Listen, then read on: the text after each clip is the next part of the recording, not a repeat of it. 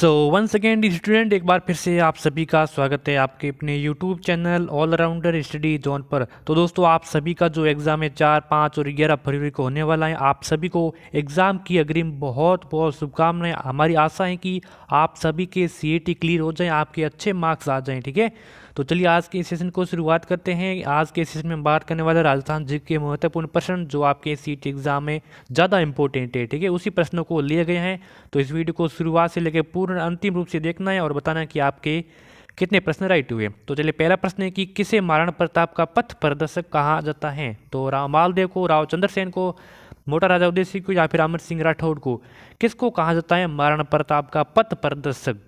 तो ये कहा जाता है राव चंद्रसेन को। दोस्तों, राव चंद्रसेन को महाराणा प्रताप का पथ प्रदर्शक कहा जाता है। ऑप्शन नंबर आपका बी हो जाएगा इस क्वेश्चन का राइट आंसर। आगे बढ़ते हैं। रूपायन संस्थान जो कि जोधपुर में है और इसका मुख्य कार्य बताना है कि क्या है। ठीक है, रूपायन संस्थान कहाँ है? जोधपुर में। इसका मुख्य कार्य क्या है? तो बाल विकास है, नारी विकास है, राजस्थानी कला का संकलन है या फिर ग्राम उत्थान है। तो जल्दी से बताइए। अगर आपको आंसर आ रहे हैं तो आप कमेंट करके जरूर बता सकते हैं। तो देखिए, रूपायन संस्थान जोधपुर का मुख्य कार्य वो है राजस्थान कला का संकलन करना। ठीक है, ऑप्शन नंबर सी हो जाएगा इस क्वेश्चन का राइट आंसर। आगे बढ़ते हैं। अगला सवाल है कि कुंभलगढ़ दुर्ग का वास्तुकार कौन था। जो कुंभलगढ़ दुर्ग कहाँ पर है? राजसमंद में है, आप सभी को पता ही है। और इसका वास्तुकार कौन था? तो विद्याधर, मंडन, केशवदास या फिर महेंद्र। तो जितने भी दुर्ग के उनके वास्तुकार है उनके आपको याद जरूर लिखना है, एक ना एक आपको एग्जाम में देखने को जरूर मिलेगा। तो चलिए, राइट आंसर की बात की तो यहाँ पे हो जाएगा आपका मंडन। कौन सा मंडन? मंडन है जो कुंभलगढ़ दुर्ग का वास्तुकार का। ऑप्शन नंबर बी हो जाएगा इस क्वेश्चन का राइट आंसर। आगे बढ़ते हैं। जो 1857 के विद्रोह के प्रति मेवाड़ के महाराणा की जो नीति थी वो क्या थी? ठीक है, जो 1857 का विद्रोह हुआ था, 1857 की क्रांति हुई थी, उसके प्रति मेवाड़ के जो महाराणा थे उनकी जो नीति थी वो क्या थी? तो विद्रोहियों का समर्थन करता, जो विद्रोही थे उनका क्या समर्थन करता, क्या उसका साथ देना, वो थी नीति। क्या अंग्रेजों का सहयोग करना, क्या उदासीनता थी, या फिर विद्रोह को व्यवस्थित करने में सक्रिय भूमिका थी। तो देखिए, 1857 की विद्रोह के प्रति मेवाड़ के महाराणा की जो नीति थी वो थी अंग्रेजों का सहयोग करना। ठीक है, अंग्रेजों का सहयोग करना। ऑप्शन नंबर बी हो जाएगा इस क्वेश्चन का राइट आंसर। आगे बढ़ते हैं। कौन सा समाचार पत्र तो विजय सिंह पथिक ने वर्धा से प्रकाशित किया था? इनमें से बताना है कि कौन सा समाचार पत्र था जो विजय सिंह पथिक द्वारा, किसके द्वारा? विजय सिंह पथिक ने वर्धा से, कहाँ से? वर्धा से इसे प्रकाशित किया गया था। तो नवीन राजस्थान है, तरुण राजस्थान है, राजस्थान केसरी या फिर नवजीवन है। तो जल्दी से बताइए। अगर आपको इसका आंसर आ रहा है तो आप कमेंट करके जरूर बताइए हमें। तो यहाँ पे राजस्थान केसरी हो जाएगा इस क्वेश्चन का राइट आंसर। ठीक है, Rajasthan Kesari, option number C हो जाएगा राइट आंसर। अगर आपको सीईटी, एलडीसी या आगे आने वाले रीट एग्जाम की तैयारी करनी है, तो अगर आपको राजस्थान जी की पीडीएफ पढ़नी है और सीईटी के लिए क्या आप पढ़ सकते हो, तो आप हमसे इस व्हाट्सएप पे कांटेक्ट कर सकते हो। और जिसके साथ चार्ज है 50 रुपीज़ है, और इसके साथ साइंस की पीडीएफ वो बिल्कुल आपको फ्री में मिल जाती है। और राजस्थान जीके में सारे टॉपिक इंक्लूड किए गए हैं, एक भी टॉपिक बाहर नहीं है। तो इस व्हाट्सएप पे कांटेक्ट कर सकते हैं। अगला सवाल है कि ट्रेस आयोग का गठन किस आंदोलन के दौरान किया गया? जो ट्रेस आयोग का गठन हुआ था किस आंदोलन के दौरान किया गया? तो बेंगू, जयपुर, बिजोलिया, अलवर। तो जल्दी से बताइए अगर आपको आंसर आ रहा है तो यहाँ पे राइट आंसर हो जाएगा बेंगू। ठीक है, बेंगू ट्रेस आयोग का गठन है ये बेंगू आंदोलन के दौरान किए गए थे। ऑप्शन नंबर पहला हो जाएगा राइट आंसर। तो चलिए आगे बढ़ते हैं। अगला सवाल है हमारा कि भोगीलाल पंड्या किस पर्यावरण आंदोलन से संबंधित हैं? बहुत ही इंपॉर्टेंट प्रश्न है। आज ये पर्यावरण से सवाल लिए गए हैं कि भोगीलाल पंड्या थे ये किस पर्यावरण से संबंधित थे, यानी कि उस पर्यावरण की ये संस्थापक ही रहे। कौन? भोगीलाल पंड्या। तो पर्यावरण का नाम बताना है। मेवाड़, बांसवाड़ा, जयपुर, डूंगरपुर। जल्दी से बताइए आंसर। जी हाँ, आपका राइट आंसर हो जाएगा यहाँ पे डूंगरपुर। ठीक है, भोगीलाल पंड्या थे वो डूंगरपुर पर्यावरण आंदोलन से संबंध थे। और इनकी डूंगरपुर पर्यावरण की स्थापना कब हुई थी? 1944 ईस्वी में हुई थी। और भोगीलाल पंड्या इसके संस्थापक भी रहे हैं। Option number D. नाथ संप्रदाय की जो प्रमुख पीठ है वो कहाँ पर स्थित है? तो महा मंदिर है, नाथद्वारा, नरेनाथ, शाहपुरा। जो नाथ संप्रदाय की प्रमुख पीठ है वो कहाँ पर स्थित है? जल्दी से बताइए, बहुत ही आसान सवाल है, जल्दी से बताइए। तो चलिए इस क्वेश्चन का आंसर क्या आप बता सकते हैं? चलिए ये क्वेश्चन है आपके लिए छोड़ते हैं।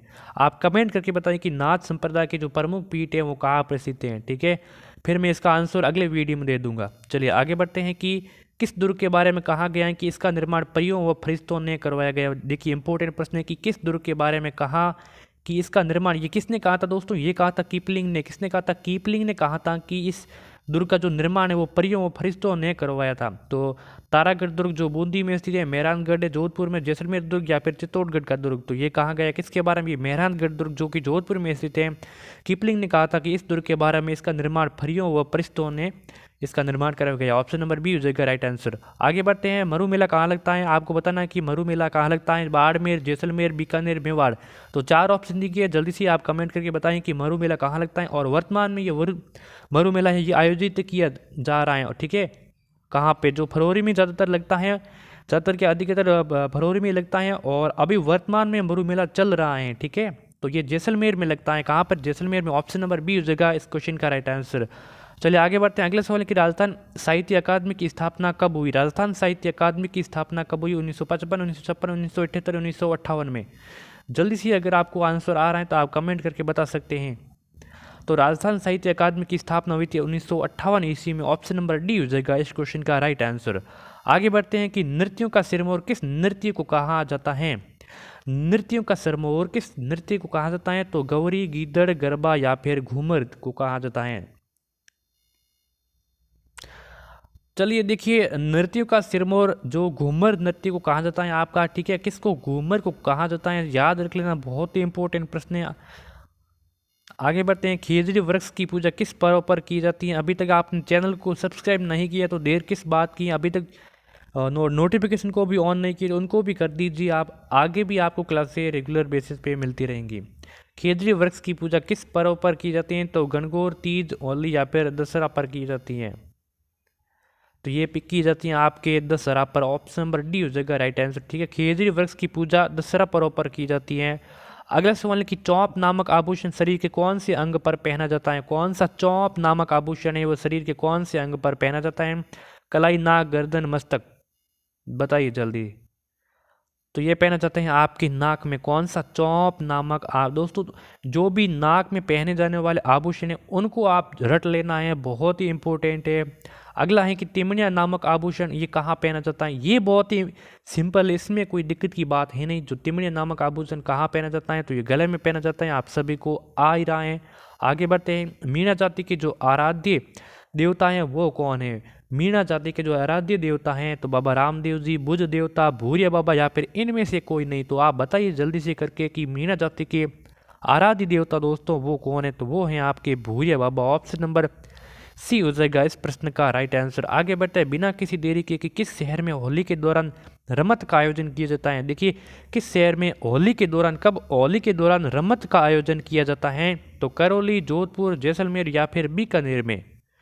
तो आप सभी को जानते हैं कि रमत को ज़्यादातर बीकानेर और जैसलमेर में इनको आयोजित किया जाता है, लेकिन होली के दौरान जो रमत का आयोजन किया जाता है वो बीकानेर में किया जाता है। आपका ऑप्शन नंबर डी हो जाएगा इस प्रश्न का राइट आंसर। 18 नंबर सवाल है कि गैर परंपरागत ऊर्जा के स्रोत में कौन कौन से हैं? देखिए, जो एक तो परंपरागत है, एक गैर परंपरागत है, लेकिन गैर परंपरागत ऊर्जा के स्रोत है उनमें से कौन कौन से स्रोत हैं? तो सौर ऊर्जा, पवन ऊर्जा, ज्वारी ऊर्जा या फिर ये उपरोक्त सभी। जल्दी से बताइए आप करके आंसर इसका।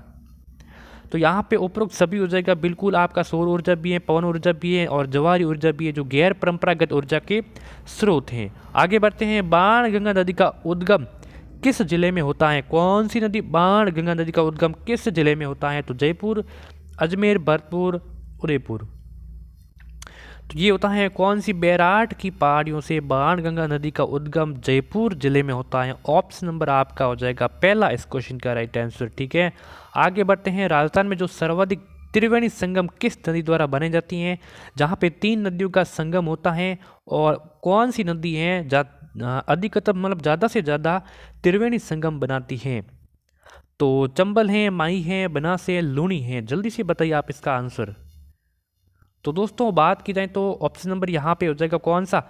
बनास, ठीक है। बनास नदी है दोस्तों, बनास नदी है ये त्रिवेणी संगम, यानी कि 3 जहाँ संगम मिलती है वो 3 बार बनाती है। कहाँ पे? 3 जगह पे बनाती है। ये कौन सी? बनास नदी बनाती है। ऑप्शन नंबर सी हो जाएगा इस प्रश्न का राइट आंसर। तो आज के सेशन में हम 20 प्रश्नों पर ही चर्चा करेंगे, और आशा है कि आप सभी का स्कोर बहुत अच्छा रहा होगा। बताना कि आपके कितने क्वेश्चन राइट आंसर हुए हैं। तो वीडियो को लाइक करना, चैनल को सब्सक्राइब कर देना। तब तक के लिए जय हिंद, जय भारत।